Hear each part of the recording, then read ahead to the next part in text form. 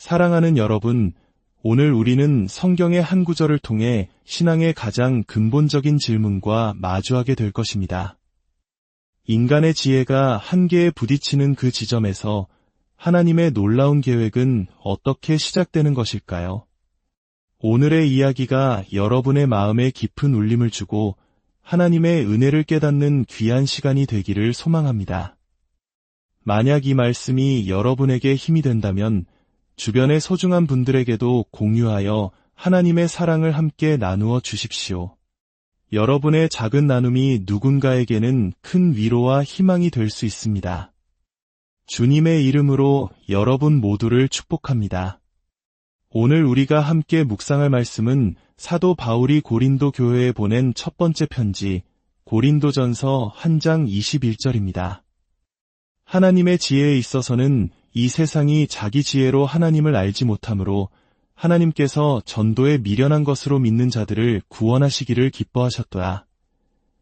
이 짧은 한 구절에는 인류의 역사와 구원의 신비가 담겨 있습니다. 이 말씀의 진정한 의미를 이해하기 위해 우리는 먼저 사도 바울이 왜 이 편지를 썼는지 그 시대적 배경을 살펴볼 필요가 있습니다. 당시 고린도 교회는 새로 신앙을 받아들인 기독교인들이었지만 그들은 과거에 익숙한 사고방식으로 되돌아가려는 위험한 경향을 보이고 있었습니다. 그들이 빠져들었던 옛 방식이란 바로 인간의 지혜, 즉 오늘날 우리가 철학이라고 부르는 것이었습니다. 바울은 이렇게 경고합니다. 그리스도께서 나를 보내심은 세례를 베풀게 하려 하심이 아니요 오직 복음을 전하게 하려 하심이로되 말의 지혜로 하지 아니함은 그리스도의 십자가가 헛되지 않게 하려 함이라. 바울은 골로새 교회에 보낸 편지에서도 비슷한 경고를 합니다. 그는 세상의 초등학문과 헛된 속임수인 철학을 경계하라고 강력하게 권고합니다. 이는 단순히 철학이 나쁘다는 의미가 아닙니다. 바울이 지적하는 핵심은 인간의 지혜와 이성을 신앙의 최종적인 잣대로 삼으려는 태도의 위험성입니다. 고린도 교인들은 기독교의 진리마저도 자신들의 철학적 잣대로 분석하고 판단하려 했습니다. 이는 기독교 신앙의 근간을 흔드는 매우 파괴적인 행동이었습니다. 바울은 그들에게 말합니다. 여러분이 돌아가려는 그 인간의 지혜라는 길은 이미 처절하게 실패로 증명된 길이라고 말입니다. 바로 그 인간 지혜의 완전한 실패 때문에 하나님께서 그의 아들을 이 땅에 보내시는 놀라운 일을 행하신 것입니다. 이것이 바로 고린도전서 1장 17절부터 3장에 이르기까지 이어지는 바울의 위대한 논증의 핵심입니다. 그리고 이 메시지는 2000년 전 고린도 교회뿐만 아니라 과학과 이성이 최고의 가치로 여겨지는 오늘날 우리에게도 여전히, 아니 어쩌면 더욱 중요하게 다가옵니다. 결국 신앙 앞에는 두 가지 태도만이 존재합니다. 첫 번째는 우리 주님께서 말씀하신 것처럼 어린 아이와 같이 되는 것입니다. 너희가 돌이켜 어린 아이들과 같이 되지 아니하면 결단코 천국에 들어가지 못하리라. 바울의 말처럼 이 세상에서 지혜 있는 자로 생각하거든 어리석은 자가 되라. 그리하여야 지혜로운 자가 되리라. 이는 우리 자신의 무능함을 인정하고 하나님께서 주시는 계시를 겸손히 받아들일 준비가 된 자세입니다. 두 번째 태도는 고린도 교인들이 빠졌던 함정입니다. 인간의 이성과 철학적 이해를 출발점으로 삼아 성경의 말씀을 판단하는 것입니다. 내 생각에 이건 이치에 맞지 않아 과학적으로 기적은 일어날 수 없으니 이 부분은 틀렸어라고 말하며 자신이 하나님의 말씀 위에 서서 재판관이 되는 것입니다. 오늘날 교회 안에서도 이러한 생각들이 다양한 형태로 나타나고 있습니다. 예수님의 동정녀 탄생, 수많은 기적들, 그리고 부활과 같은 성경의 핵심적인 사실들을 중요하지 않다고 말하며 단지 가르침만이 중요하다고 주장하는 사람들이 있습니다. 이것이 바로 바울이 그토록 경계했던 철학적 접근입니다. 그렇다면 이 모든 것을 생각하며 우리는 근본적인 질문 하나를 던져야 합니다. 바로 주 예수 그리스도께서는 왜 이 세상에 오셨는가? 입니다. 이 질문에 대한 명확한 답이 없다면 우리는 자신을 그리스도인이라 부를 자격이 있는지 스스로에게 물어야 합니다. 하나님의 아들이 왜 인간의 몸을 입고 이 땅에 오셔야만 했을까요? 오늘 본문인 고린도전서 1장 21절이 그 답을 우리에게 명확히 알려줍니다. 첫째, 그분은 인간이 하나님을 알지 못했기 때문에 오셨습니다. 본문은 말합니다.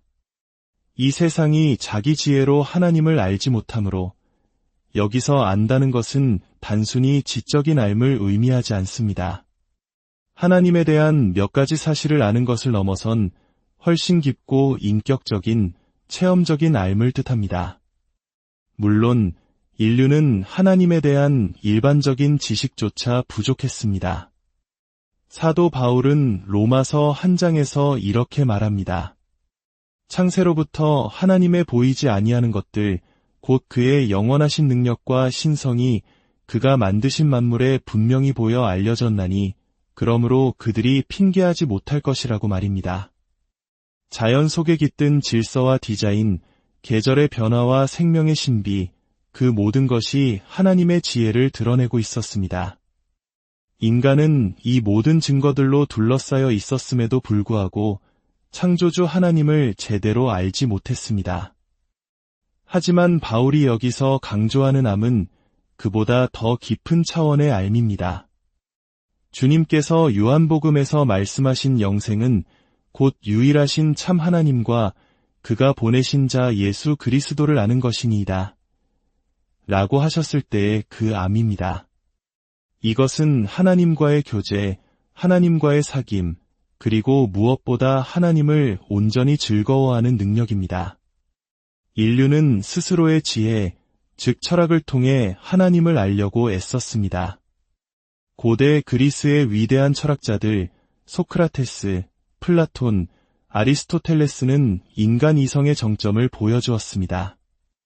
그들은 절대자나 제1원인과 같은 개념에 도달하며 진리를 향한 숭고한 탐구를 멈추지 않았습니다.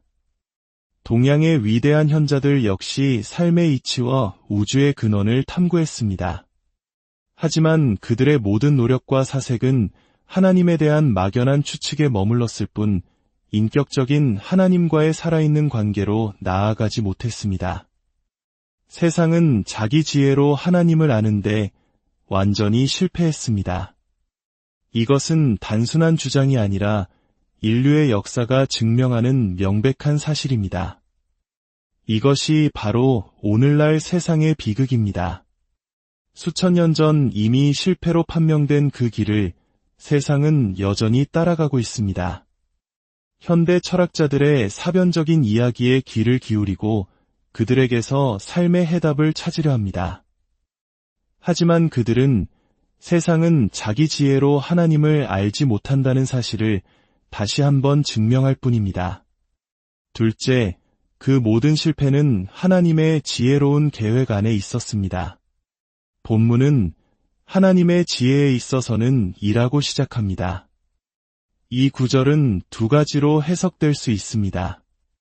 첫 번째 의미는 하나님께서 아들을 보내시기 전에 인류가 스스로의 지혜로 신을 찾아보도록 충분한 시간을 허락하신 것 자체가 바로 하나님의 지혜라는 것입니다. 만약 인류가 타락하자마자 하나님께서 구원자를 보내셨다면 사람들은 이렇게 말했을지 모릅니다. 조금만 시간이 더 있었다면 우리 스스로 해답을 찾을 수 있었을 텐데 굳이 하나님의 도움이 필요하지 않았을 거야. 인간의 교만은 언제나 그렇게 속삭입니다. 그래서 하나님께서는 4000년이라는 긴 시간을 기다리셨습니다. 바빌론, 아시리아, 이집트, 중국, 그리스, 로마와 같은 위대한 문명들이 일어나고 사라지는 것을 지켜보셨습니다. 인류가 자신의 지혜와 능력의 최정점에 도달하도록 허락하셨습니다. 그러나 그 모든 문명과 철학의 끝은 결국 하나님을 아는데 실패했다는 것이었습니다. 이로써 모든 인간의 입은 닫혔고 누구도 스스로의 능력으로 구원에 이를 수 있다고 자랑할 수 없게 되었습니다. 이것이 바로 하나님의 놀라운 지혜입니다. 두 번째 의미는 인류가 하나님의 지혜로 가득 찬 세상 속에서 살았음에도 불구하고 하나님을 알지 못했기에 그들의 무지함은 변명의 여지가 없다는 것입니다. 밤하늘을 수놓은 무수한 별들, 계절의 변화 속에서 피고 지는 꽃들, 인간 자신의 존재가 품고 있는 신비까지 세상 모든 것이 하나님의 지혜를 증언하고 있었습니다. 그 증거들 한가운데서도 세상은 자기 지혜에 빠져 하나님을 발견하지 못했습니다. 결국 인간이 하나님을 알지 못한 근본적인 원인은 바로 자신의 지성에 대한 교만이었습니다. 자신의 능력으로 모든 것을 파악하고 이해할 수 없는 것을 이해하려 했던 오만함이었습니다. 셋째, 인간의 완전한 실패 속에서 하나님의 기쁨이 시작되었습니다. 본문은 이렇게 이어집니다. 하나님께서 전도에 미련한 것으로 믿는 자들을 구원하시기를 기뻐하셨도다. 이 기뻐하셨도다라는 표현에 주목해야 합니다. 이것은 하나님의 선하신 뜻, 그분의 기쁘신 의지를 의미합니다. 하나님께서 아들을 이 땅에 보내신 것은 우리의 간절한 기도나 요청에 대한 응답이 아니었습니다. 우리의 자격이나 노력 때문은 더더욱 아니었습니다. 그것은 전적으로 하나님의 사랑, 그분의 영원한 마음에서 비롯된 결정이었습니다. 우리를 향한 하나님의 은혜와 자비, 긍휼이 그 안에 모두 담겨 있습니다. 만약 하나님께서 우리의 모습대로 우리를 대하셨다면 우리는 진작에 멸망했을 것입니다. 그러나 하나님은 우리와 상관없이 그분의 선하신 뜻에 따라 우리를 구원하기로 작정하셨습니다. 넷째, 하나님께서는 세상이 가장 어리석다고 여기는 방법으로 구원을 이루셨습니다. 본문은 전도에 미련한 것이라고 말합니다. 이것은 단순히 설교라는 행위 자체를 말하는 것이 아니라 선포된 메시지의 어리석음을 의미합니다. 세상의 눈으로 볼 때 복음의 메시지는 얼마나 어리석어 보였을까요? 세상의 구원자가 화려한 왕궁이 아닌 냄새나는 마구간의 구유에서 아기로 태어났습니다. 그분은 위대한 철학자나 장군이 아닌 갈릴리 시골의 가난한 몫으로 살아가셨습니다. 그리고 인류를 구원하는 방법은 가장 치욕스러운 형틀인 십자가 위에서 무력하게 죽는 것이었습니다. 유대인들에게 십자가는 거리끼는 것이었고 지혜를 숭상하는 그리스인들에게는 어리석음 그 자체였습니다. 이것이 지혜입니까? 이것은 실패입니다. 세상은 그렇게 조롱했습니다. 그러나 사랑하는 여러분, 우리 믿는 자들은 압니다. 이 세상의 어리석음이 바로 하나님의 지혜요. 이 세상의 약함이 바로 하나님의 능력이라는 것을. 그리스도는 하나님의 능력이요. 하나님의 지혜입니다. 인간의 지혜가 결코 풀지 못했던 죄의 문제를 해결하고 하나님과 인간 사이에 깨어진 관계를 회복시키는 유일한 길이 바로 그 십자가 안에 있었습니다. 그렇기에 예수 그리스도께서 이 땅에 오신 궁극적인 이유는 믿는 자들을 구원하시기 위함입니다. 구원이란 우리가 마땅히 받아야 할 죄의 형벌로부터 우리를 건져내실 뿐만 아니라 하나님을 아는 영원한 생명으로 우리를 다시 이끌어 주시는 것입니다. 사랑하는 여러분, 우리는 이 놀라운 진리 앞에서 어떤 자세를 취해야 할까요? 혹시 당신도 고린도 교인들처럼 위대한 신비를 당신의 이성으로 이해하려 하고 있지는 않으신가요? 성육신, 동정녀 탄생, 부활, 이 모든 것을 당신의 과학적, 철학적 틀 안에 끼워 맞추려 애쓰고 있지는 않습니까? 기억하십시오. 우리는 그것을 이해하도록 부름받은 것이 아니라 믿도록 부름받았습니다. 인간의 지혜는 거기서 멈추어야 합니다. 더 이상 철학의 길에서 헤매지 마십시오. 이미 실패로 증명된 그 길을 다시 걷지 마십시오. 대신 경이로운 눈으로 바라보십시오. 영원한 영광 속에 계시던 그분이 베들레헴의 작은 구유에 누우신 그 아기의 모습을 경배의 마음으로 바라보십시오. 갈보리 언덕의 십자가를 바라보십시오. 그리고 성령께서 당신의 눈을 열어 그 안에 담긴 하나님의 지혜와 사랑을 보게 해달라고 기도하십시오. 그리고 무릎을 꿇으십시오. 측량할 수 없는 그 은혜에 감사하며 그분을 찬양하고 경배하십시오. 하나님께서 이 어리석은 방법으로 우리를 구원하시기를 기뻐하셨다는 사실에 감사하십시오.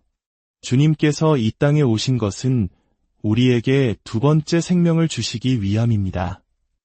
우리를 하나님의 자녀로 삼으시고 하나님을 아는 영원한 생명을 주시기 위함입니다.